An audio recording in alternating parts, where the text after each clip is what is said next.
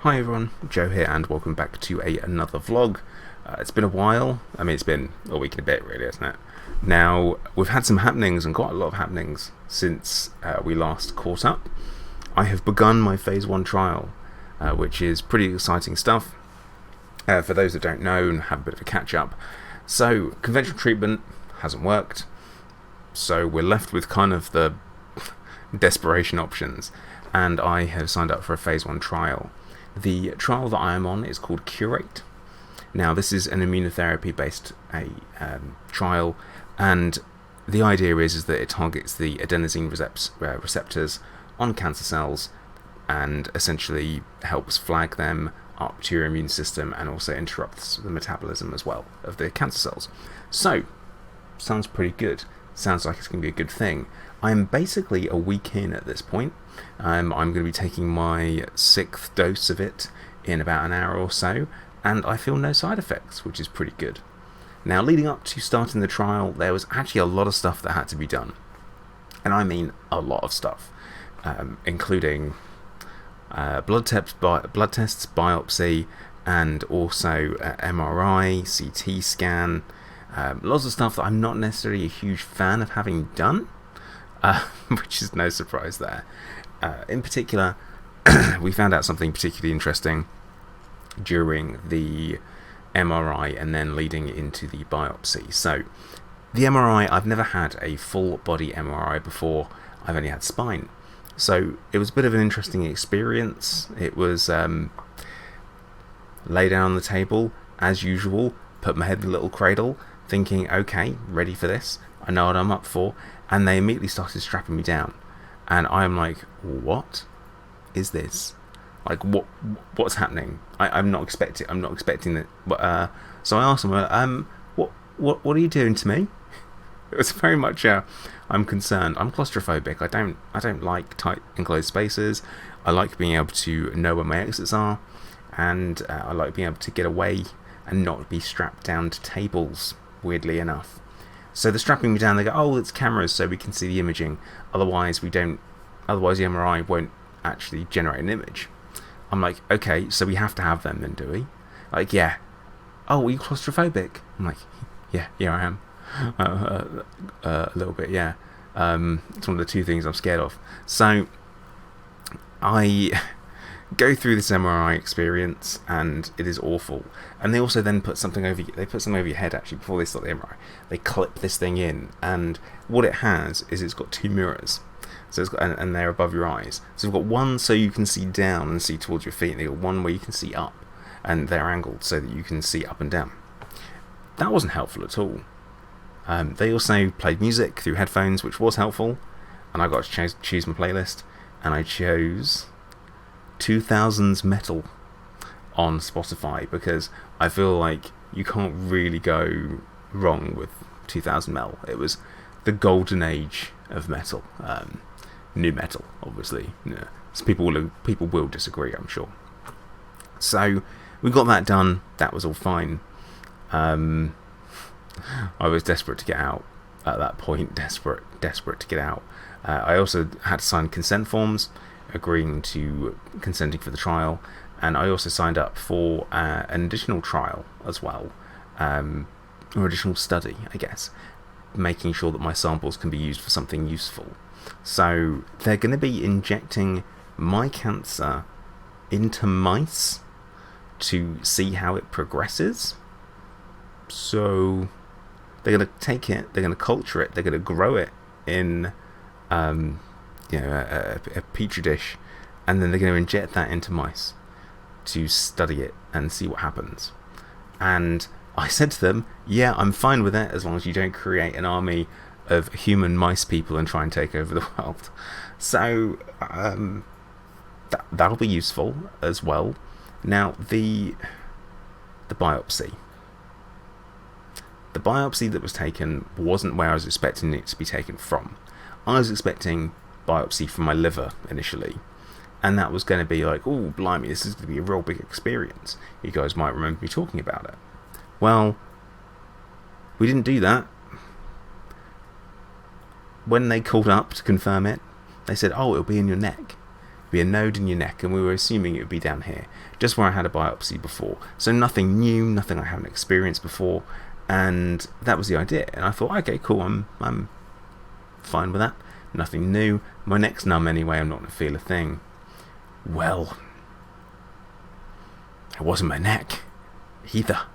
It turns out they decided to take it from just above my rib tumour, because there's a soft tissue component which I didn't know about.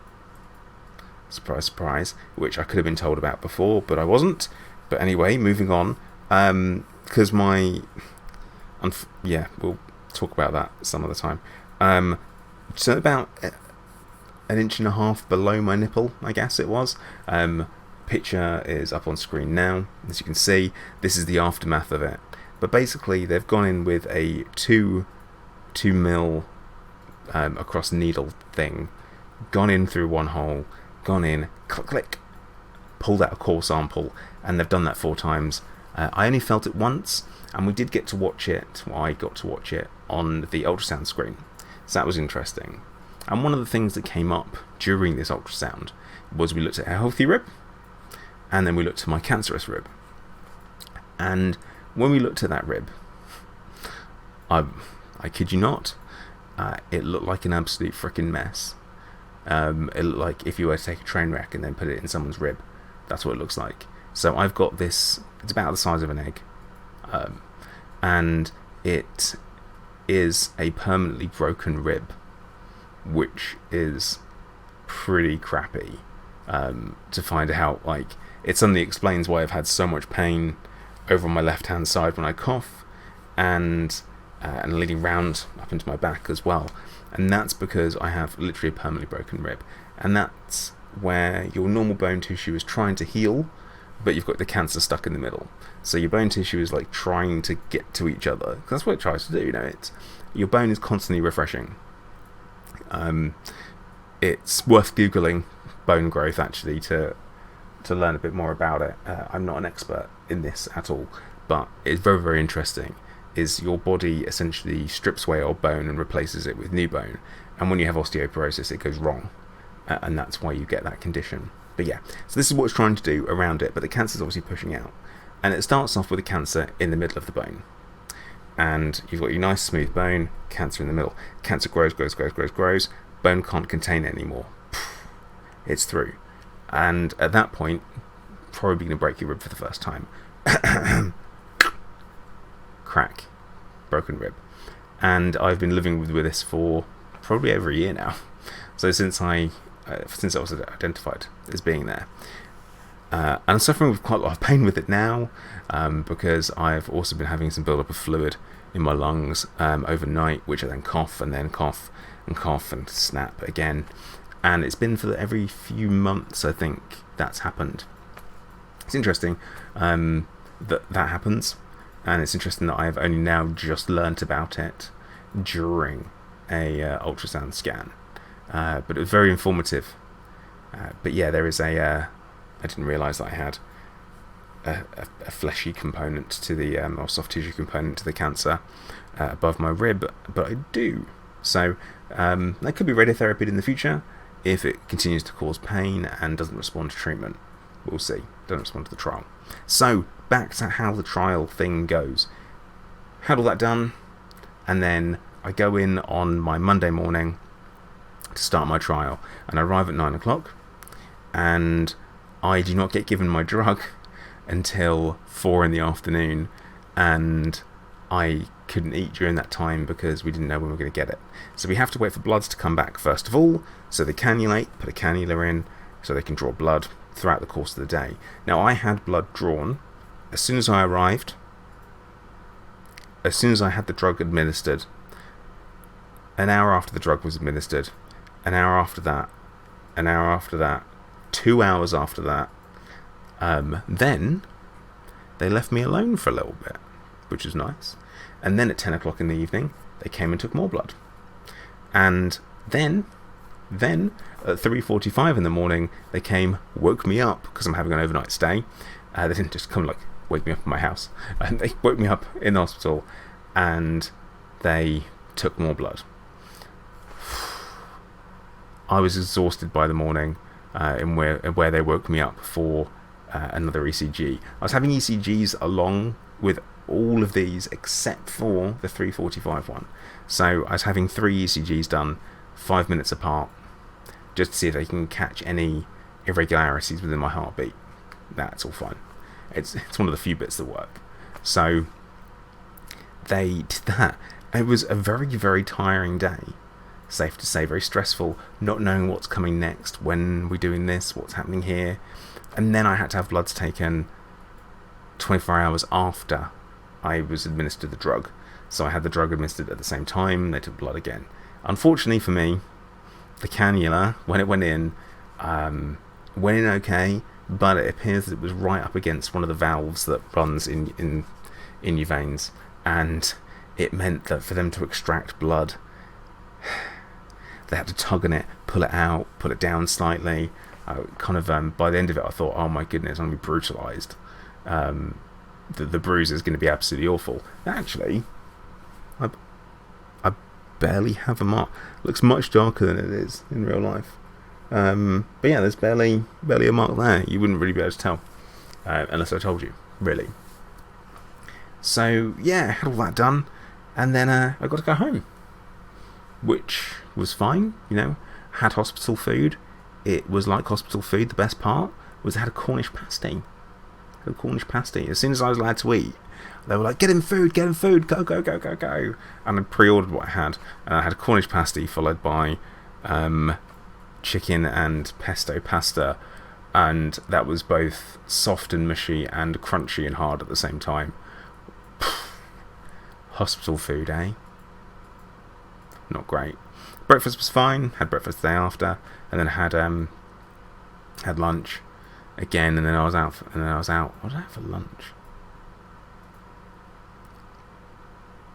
Who knows? I can't remember. It obviously didn't make a very good impression, whatever it was. Wasn't that impressive. How can I not remember it? How can I not? I remember every meal I've ever eaten. I'm like my dad in that way. But I can't remember. Why can't I remember this? It must have made so little impression.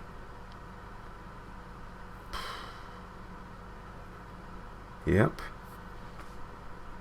I'll remember that in another video, I reckon. That's when that will pop up. But yeah, so I came home.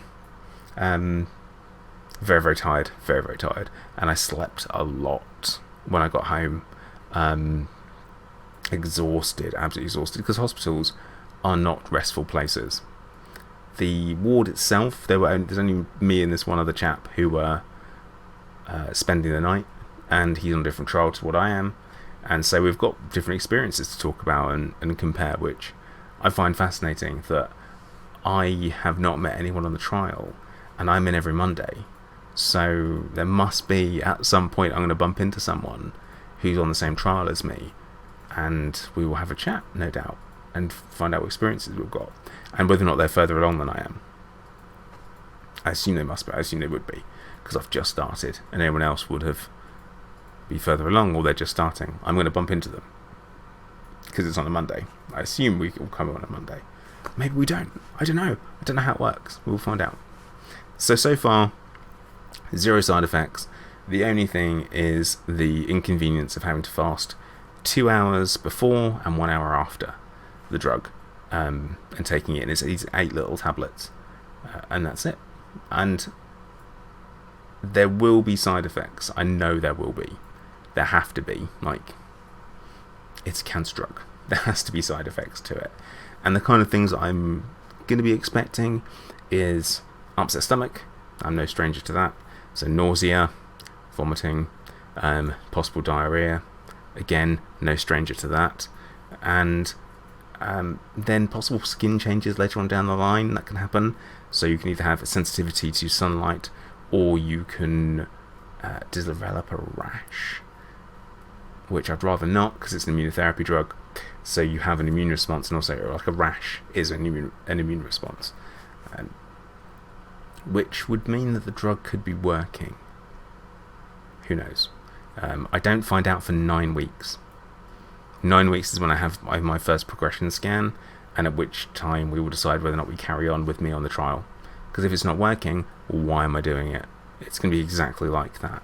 Now, those 9 weeks are split up into 3-week cycles, and each cycle I get to spend less time in hospital because we know how I'm handling the drug, and we know what my bloods are like, and things start to become a bit more routine. At the end of those 3 weeks, I'll also be having a biopsy done in the same place as before, like I said, under that under that left nipple there.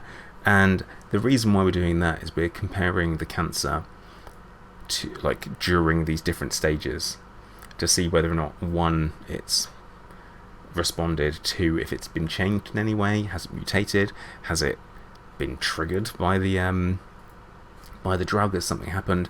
And they'll also be able to tell and look at it and see whether or not the drug has been taken up and has binded to those receptors. So we'll know what we're doing, and we'll know whether it's working, which is pretty good. I'm not looking forward to because I'm back in hospital on Monday. This is Saturday today, and I'm back in on Monday. Although it shouldn't be an overnight stay, I don't have to stay overnight, but the length of the day is going to be pretty long, where I'm just going to stay for the night. And that's what I'm going to do. I'm just going to stay for the night, be picked up early on Tuesday morning, go home and relax, and have a Tuesday.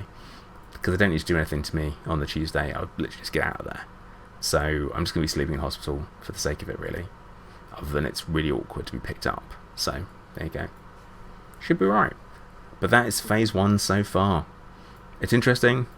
Very, very interesting. I'm learning a lot already. I'm asking lots of questions. And that's something they've realised, is that I like information. I ask questions. I need to know why, how, what, when. When's the next thing happening? One thing we've noticed is that I do not like being in hospitals, and my heart rate is always elevated when I'm in hospitals. Blood pressure, nice and calm, chilled out. Tachycardia, yeah, that's what they keep saying. Yeah, he's tacky, but that seems to be his baseline. So it's because I don't like being in hospitals. When I'm at home, it's about 70. When I'm in hospital, bam, 100. But even then, that's not that high for a stressful situation, so we're not worrying about it, and I have to keep telling them that's fine. And that's alright. But yeah, that's the update so far regarding phase 1. Once again, I have to do this I'm recording multiple videos on the same day, so don't be alarmed, I'm wearing the same stuff. But we're going to be talking about something completely different in the next video, so you should probably like, subscribe, leave me a comment if you found this interesting and you want to know more about it. If you have any questions about the trial, then throw them down in the comment section as well, and I'll respond to them either in a video, or if it's a quick answer, I will answer in the comment section, because that's what it's there for. There you go. So I'm going to say, oh no, wait, we've made it this far, it's 18 minutes. Word, you want to know what to say, don't you? You want to know what to say. Well, I guess. We've talking about the phases. Ooh. Phasers set to stun. Phasers set to stun, because we're on phase 1. Phasers stun. It's tenuous, but it's what I got on the spot. So leave it down in the comment section, and hopefully I'll see you all again soon. I definitely will, because I'm about to record another video. So once again, thank you for watching. Okay, bye.